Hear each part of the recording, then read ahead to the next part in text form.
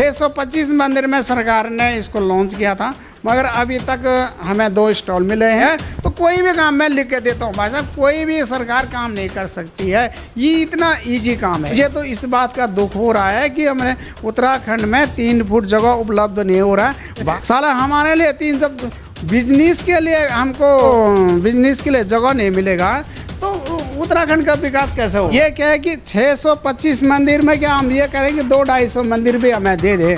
तीर्थ नगरी है और तीर्थ नगरी में हमें 3 फुट जगह उपलब्ध नहीं हो रहे। ये भारत सरकार से मिला हुआ था, ये भारत सरकार से इसका मैंने उद्घाटन के लिए किया था और उन्होंने अभी तक इसमें कोई गौर नहीं किया।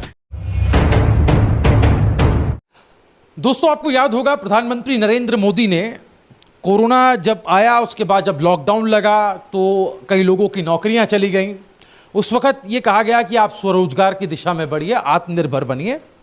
तो वोकल फॉर लोकल इस शब्द का बार बार जिक्र आता है और ये प्रधानमंत्री नरेंद्र मोदी ने ये शब्द कहा था। इसका सीधा सीधा मतलब ये था कि जो लोकल चीज़ें हैं, जो देसी चीज़ें हैं, जो घरेलू चीज़ें हैं, आप बाहर का आइटम ना खरीद करके घरेलू चीज़ें खरीदें, घरेलू चीज़ों पर पैसा खर्च करें ताकि हमारे अपने लोग सशक्त हो पाएँ और उनका रोज़गार आगे बढ़े। तो दरअसल बात वोकल फॉर लोकल की ही हो रही है और आज उत्तराखंड की राजधानी देहरादून में जो 6 नंबर पुलिया है, वहाँ एक गढ़वाली कॉलोनी है, उसमें हम आज आए हैं और वहाँ एक ऐसा ऑफिस है जो कि देवभोग स्वीट्स के नाम से चलता है। दरअसल एक ट्रस्ट के अधीन ये कंपनी चल रही है और इस ट्रस्ट का जो काम है, इस कंपनी का जो काम है, वो उत्तराखंड के जो प्रोडक्ट्स हैं उसको प्रमोट करना है या उसको बनाना है। उत्तराखंड में 12 तरह के अनाज होते हैं। ये अनाज कौन कौन से हैं लगातार तस्वीरों के ज़रिए स्क्रीन पर मैं आपको दिखा रहा हूँ, आप देखते चलिए। ये वो तमाम तरह के अनाज हैं जो उत्तराखंड की सरजमी पर उगते हैं, यानी कि उत्तराखंड का किसान इसे उगाता है। लेकिन सिर्फ उगाने भर से काम नहीं चलेगा, इन अनाजों से उत्पाद बनाकर बाजार में बेचना भी है, तब जाकर के 2 पैसा जेब में आएगा। और वो काम जो है ये संस्था कर रही है, ये कंपनी कर रही है। और इस कंपनी के ज़रिए मैं 2 अनाजों का उदाहरण आपको देता हूँ, एक मडुआ और दूसरा चौलाई, जिसके ज़रिए अलग अलग तरह की मिठाइयाँ जो हैं वो बन रही हैं। स्क्रीन पर मैं उन मिठाइयों का नाम भी आपको दिखा रहा हूँ और उनकी आप देख सकते हैं किस तरीके से उन मिठाइयों को बनाया गया है। तो अब तक जो मिठाइयाँ मैदे से और दूसरे तरीके से बनती रही हैं, जो स्वास्थ्य के लिए भी हानिकारक हैं, वो देसी तरीके से बन रही हैं, उत्तराखंड के अपने अनाजों से बन रही हैं, जो सेहत के लिए कितना फ़ायदेमंद है ये भी आप लगातार स्क्रीन पर देख सकते हैं कि आयरन से लेकर के कैल्शियम और प्रोटीन तक इनमें भरपूर मात्रा में है। और इस बात का जिक्र प्रधानमंत्री मोदी ने मन की बात में किया था।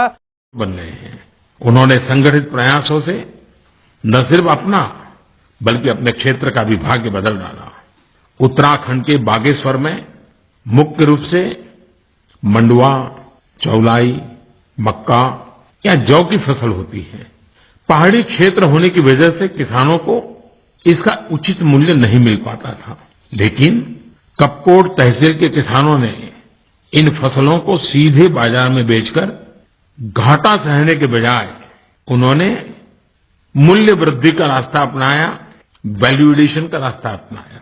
उन्होंने क्या किया, इन्हीं खेत पैदावार में से बिस्किट बनाना शुरू किया और बिस्किट बेचना शुरू किया। उस इलाके में तो ये पक्की मान्यता है कि आयरन रिच है और आयरन रिच लौह तत्व से सभर ये बिस्किट गर्भवती महिलाओं के लिए तो एक प्रकार से बहुत उपयोगी होते हैं। इन किसानों ने मुनार गांव में एक सहकारी संस्था बनाई है और वहां बिस्किट बनाने की फैक्ट्री खोल ली है। किसानों की हिम्मत देखकर प्रशासन ने भी इसे राष्ट्रीय आजीविका मिशन से जोड़ दिया है। ये बिस्किट अब न सिर्फ बागेश्वर जिले के लगभग 50 आंगनबाड़ी केंद्रों में बल्कि अल्मोड़ा और कोसानी तक पहुंचाए जा रहे हैं।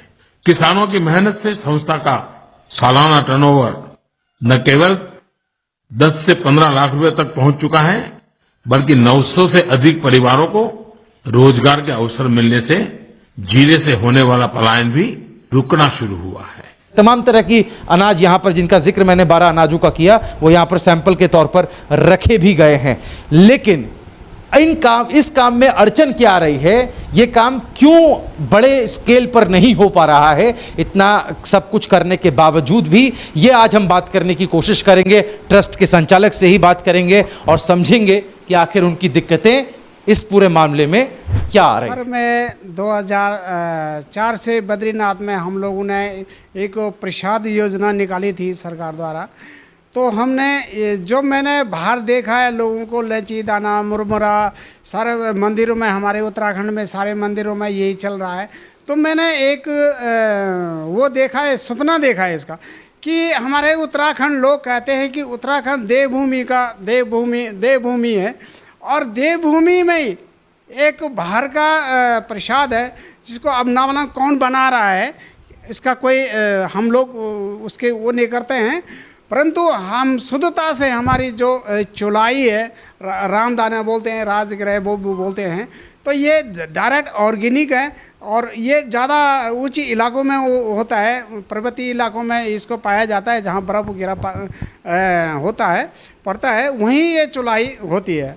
और दूसरी में मुझे बहुत बड़ा दुख होता है जब मैं बाहर जाता हूँ, मंदिरों में जाता हूँ, तो जहाँ भी देखो मुरमुरा, लैची दाना, पतासा, सारे जितना भी वो प्रसाद का वो आता है सारा बाहर से आता है।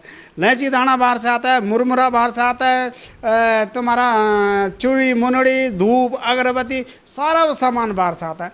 हमारे सरकार या उत्तराखंड सरकार कहती है या हमारे नेता लोग कहते हैं कि सब लोकल फॉर लोकल होने चाहिए। मोदी जी ने भी कहा वोकल फॉर लोकल जरूर होने चाहिए। तो मैं 2004 से मैंने इसको जोशी जी ने, अनिल प्रकाश जोशी जी ने इसको बोला कि बेटा इस काम को आगे बढ़ाना है, कैसे होगा। तो मैंने कहा सर आप हमें जगह दिला दीजिए। तो उन्होंने बद्रीनाथ में 2004 में, मैं 2004 से इस काम को कर रहा हूँ बद्रीनाथ में। कई ठोकरा खाई, मैं रोया हूँ, क्यों लोगों ने कहा अरे तो चूतिया का पट्टा है साला, ये चुलाई कौन खा रहा तेरा। तो सब मैंने आज इतना ठोकरा खा करके लोग कहते हैं कि सफ़र का फल मीठा होता है। मुझे इस सफ़र का फल बहुत बड़ा मीठा हुआ है। मैंने आज इस प्रसाद को भारत के कोने क्या विदेशों में भी इस प्रसाद को भेज दिया है। क्या क्या वैरायटी अभी है प्रसाद में, और जो यहाँ अनाज से जो बनी है क्या क्या आप बनाते हैं आप? सर मैं यहाँ पर मंडुए के लड्डू, मंडुए की बर्फ़ी, मंडुए के पेड़े, मंडुए के रसगुल्ले, मंडुए के आरसे भी हमने तैयार कर दिया सारे। हम चुलाई के बर्फ़ी, पेड़े, लड्डू, अगले साल दीपावली में इतना बढ़िया रहा। सारे यहाँ पर सारे VIP जितना भी लोग आए, दिल्ली से आए, बम्बई से आए, बाहर से लोगों ने कहा ये तो काम बहुत बढ़िया है सर, इसका तो लोगों को जागरूक होने चाहिए। एक दो ये ऑर्गेनिक है, दूसरे से कि हमारे स्वास्थ्य के लिए एक वो भी है, हेल्थी है।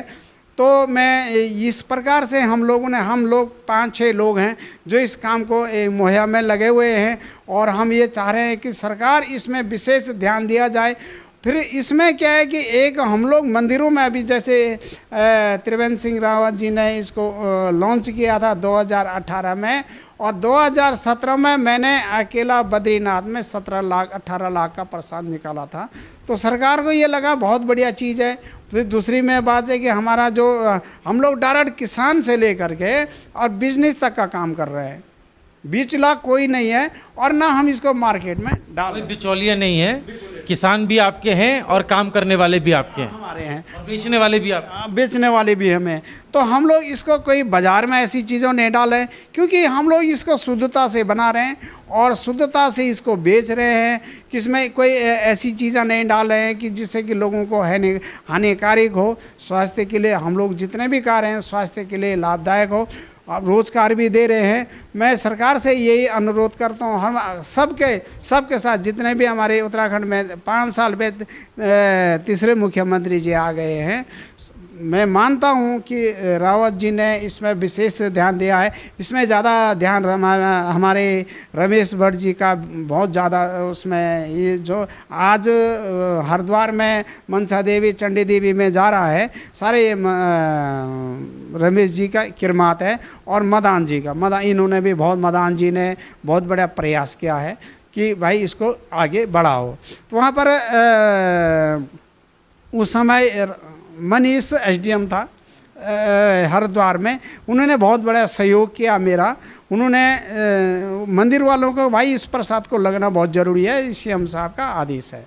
तो उन्होंने पूरा सहयोग करके इस प्रसाद को मनसा देवी में, आज मनसा देवी में बाहर से लोग आते हैं, बोलते हैं उत्तराखंड का बहुत बढ़िया प्रसाद है भाई, ये प्रसाद तो ले जाना ही ले जाना है। दूसरी में ये प्रसाद का जो कम से कम 2 महीना 2.5 महीना 3 महीना तक ख़राब नहीं होता है। इसकी जो रहने की वो है कि 2.5-3 महीने तक प्रसाद ख़राब नहीं होता है। तीसरे में बात यह है कि लोगों को फलारी प्रसाद मिल रहा। चौथों में बात यह है कि किसान से लेकर के हम लोग को स्वयं अपने ऑफिस काम को कर रहे हैं। अच्छा, इसमें मैंने देखा कि कई महिलाएं जो हैं कारीगर के तौर पर वो यहाँ काम करती हैं, तो ऐसा क्या कि सिर्फ महिलाएं यहाँ पर काम कर रही हैं? इसके पीछे का क्या कॉन्सेप्ट है, क्या सोच है? सर इसमें क्या है कि हम लोग ग्रुप बना रहे हैं, महिलाओं का ग्रुप बना रहे हैं, और महिलाओं का ग्रुप बना करके हम उनको उनका खाता खुलवा रहे हैं, उनको पूरा रोज़गार का साधन बना रहे हैं कि लोग काम कर। अभी जैसे मेरे पास हरिद्वार में दो स्टॉल है मनसा देवी, इसके अंदर लगाओ तो मैं कि 24 लोगों को रोज़गार मिल रहा है। 2018 से इस काम पर लगा हूँ मैं। 625 मंदिर में सरकार ने इसको लॉन्च किया था, मगर अभी तक हमें 2 स्टॉल मिले हैं। ये मुझे बड़ा दुख का विषय है। और मुझे कि जो बाकी के 623 हैं मंदिर, वहाँ पे भी स्टॉल जो है वो सरकार खोलने में मदद करें। हम सरकार को ये नहीं कह रहे हैं भाई हमको वो करो, हमको तुम्हारा इनाम किताब की ज़रूरत नहीं है। हमें रोज़गार चाहिए, महिलाओं को रोज़गार चाहिए, हमारे किसान को रोज़गार चाहिए, हमारे लोगों को जो लोग काम कर रहे हैं वो ये उनको रोज़गार चाहिए। इससे बढ़ के कोई काम नहीं होता है। और ये सरकार ये काम नहीं कर सकती है तो कोई भी काम मैं लिख के देता हूँ भाई साहब, कोई भी सरकार काम नहीं कर सकती है। ये इतना ईजी काम है। सरकार का क्या लग रहा है इसमें? आप ये कह रहे हैं कि हर मुख्यमंत्री या हर सरकार तारीफ तो कर रही है काम की, लेकिन जो काम किया जाना चाहिए वो नहीं कर रहे हैं। क्योंकि हर सीएम साहब ये कह रहे हैं कि भाई लोकल पर लोगों को रोज़गार मिलना चाहिए, लोगों को किसान को मिले। भाई जब हमको 3 फुट की जगह, उत्तराखंड में 3 फुट की जगह नहीं है। मुझे तो इस बात का दुख हो रहा है कि हमारे उत्तराखंड में 3 फुट जगह उपलब्ध नहीं हो रहा है। बाहर के लोग आ कर के वो प्लास्टिक के मुरमुरे बेच रहे हैं, इलायची दाना बेच रहे हैं, प्लास्टिक के डब्बे बेच रहे हैं। साला हमारे लिए जब बिजनेस के लिए जगह नहीं मिलेगा तो उत्तराखंड का विकास कैसे होगा? सर ये क्या है कि 625 मंदिर में क्या हम ये करें कि 200-250 मंदिर भी हमें दे दे, और हमें मार्केटों में हर स्टेशनों पर या हर चौराहों पर हमें एक स्टॉल दिया जाए।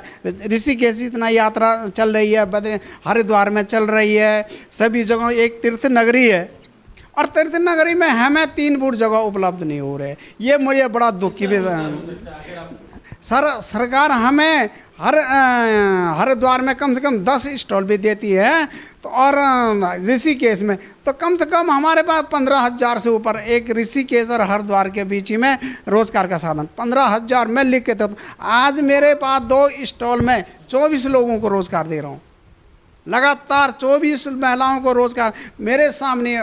मैं सरकार को भी कि इसका आंकड़ा किया जाए, इसका आप देखिए कि कर रहे हैं कि नहीं कर रहे हैं। अपने आंखों देख सकते हैं कि वो रोज़गार मिल रहा है कि नहीं मिल रहा। इसका मैंने उद्घाटन के लिए कहा था, मगर उन्होंने अभी तक इसमें कोई गौर नहीं किया।